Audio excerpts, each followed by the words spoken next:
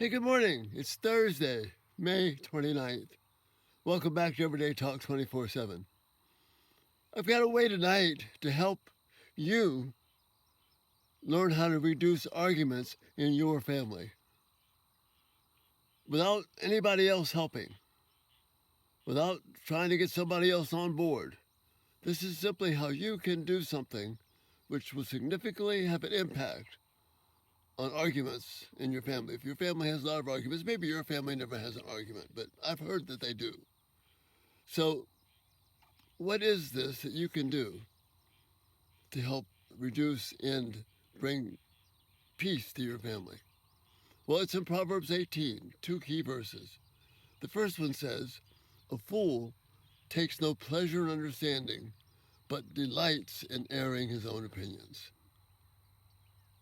A fool takes no pleasure in understanding what's going on, but only wants to say what he or she thinks is important.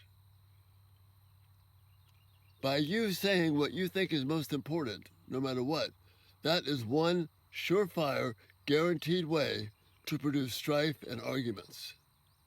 Because you see, what that means is, I don't really care what you think. Even though you have the best intentions, what you're communicating is, I know the answer and you don't. So listen to me and we'll have a wise plan.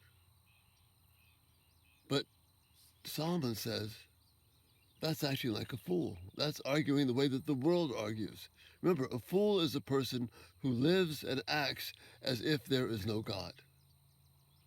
You see, we have a God who is right there with us, who wasn't on coffee break when this argument started. Rather, this argument is an opportunity to bring honor and glory to God. Instead, we feel duty-bound to somehow solve the problem by giving our opinion.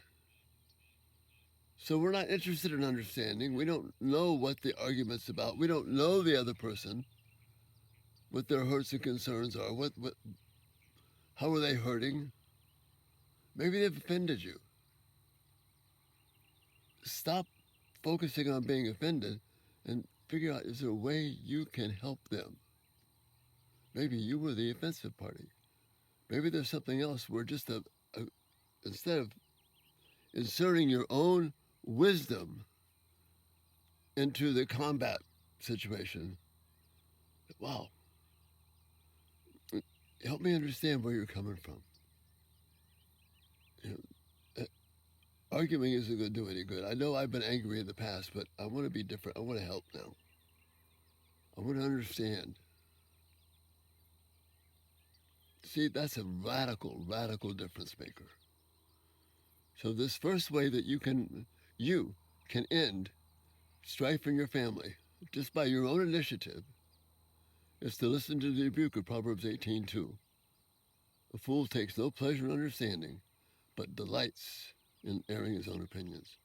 I know I tend to that. Maybe you do too. So how do we solve this problem? Well, we need to become epic listeners. And just a couple of lines down in Proverbs 18, verse 13, we read this. He who answers before he listens, that is his folly and his shame. Do we have the patience, the care, the courage to follow Jesus? Remember the instructions that Paul gives us in Philippians. In all humility, consider others more important than yourselves. Straightforward, simple command. Do we have the courage to follow it? You see, if I do that, if I consider other people more important than myself, then I'm not going to answer before I listen. I'm going to hear them out. I'm going to be patient. I'm going to let them know that I care about them, that I'm on their side, that I'm not about promoting my own agenda.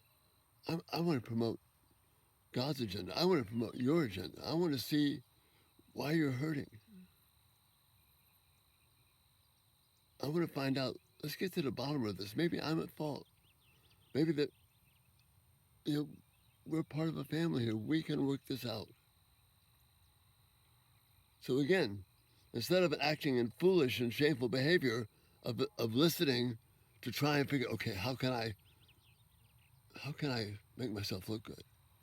How can I show that they're wrong? How can I protect myself from this person? Rather, listen to bring honor to God, to bring healing to that person that's hurting. So I follow the admonition of James. I'm quick to listen, slow to speak, slow to become angry, rather than just the reverse. So these two things working together, don't delight in airing your own opinions, and make sure that you hear the person. Hear what they're saying, not what you think they're saying, but what they're actually saying. If you have this kind of a humble, prayerful attitude, where everybody in the family can see that you're doing this, especially if you're the dad or if you're the mom, and you have the authority in this thing, if you take the lead here, but really anyone in the family can do it, just having the courage to follow these directives of wisdom from Proverbs 18. Don't be trying to get your own opinion out.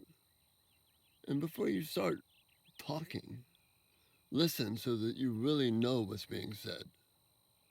That way you honor God, bless those next to you. This is a way to reduce and maybe even end arguments in your family. And you can do it, you and God. You don't need to be blaming anybody else. You can have the courage to ask God to help you on this. Pray about that instead of asking God to change the other person or to make your life better. Give that some thought. Again, I love your thoughts and feedback. Here's a practical way, an everyday way to bring peace and healing to your family.